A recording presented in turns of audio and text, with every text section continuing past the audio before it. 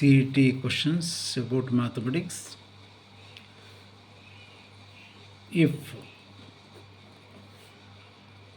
f of x is equal to 7 power 1 plus ln x divided by x power log 7, ln x is nothing but log x. F of x is equal to 7 power 1 plus ln x is nothing but log x divided by x power log 7, then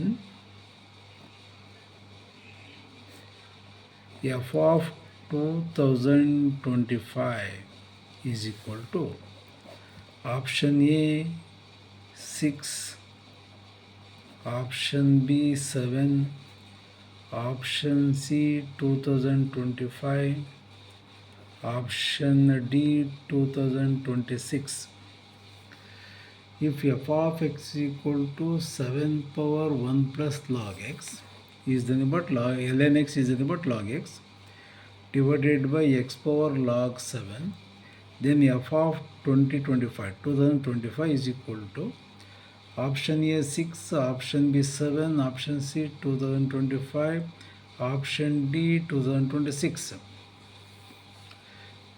Number of problems equal ಮಾಡ್ತಾ ಇದ್ದೀನಿ. f of any number, not only 2025, any number in the place of 2025. f of any number, not only this. Answer will be same for all number. Answer same ಬರುತ್ತೆ. Okay, ಆಪ್ಷನ್ಸಲ್ಲಿ answer ಯಾವುದೇ number ತೊಗೊಂಡು same ಬರಲೇಬೇಕು. Explain ಮಾಡಿ ಹೇಳ್ತೇನೆ ನೋಡಿ. F of X is equal to 7 power 1 plus ln x. Law of indices, a to the power of m into a to the power of n is equal to a to the power of m plus n. 7 f of x equal to 7 power 1 into 7 power log x or ln x divided by x power log 7. Curiosity ನೋಡಿ, ಇದು 7 power log x, ಇದು X power log 7 does not cancel. ಇದು ಬೇಸು 7 ಇದೆ, ಇಲ್ಲಿ base X ಇದೆ.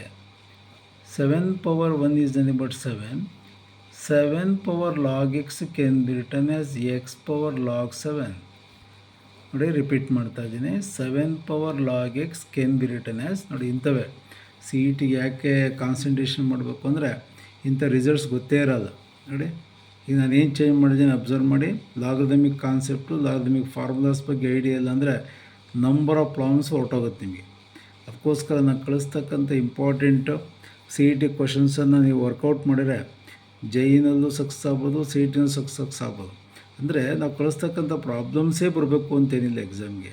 ನೀವು success ಆಗಬೇಕು ಅಂದರೆ ನಾವು ಕಳಿಸ್ತಕ್ಕಂಥ ಪ್ರಾಬ್ಲಮ್ಸನ್ನು ವರ್ಕೌಟ್ ಮಾಡಿದರೆ ಅವ್ರು ಯಾವುದೇ ಕ್ವಶನ್ಸ್ ಕೇಳಿದ್ರು ನೀವು ಈಸಿಯಾಗಿ ಆನ್ಸರ್ ಮಾಡ್ಬೋದು.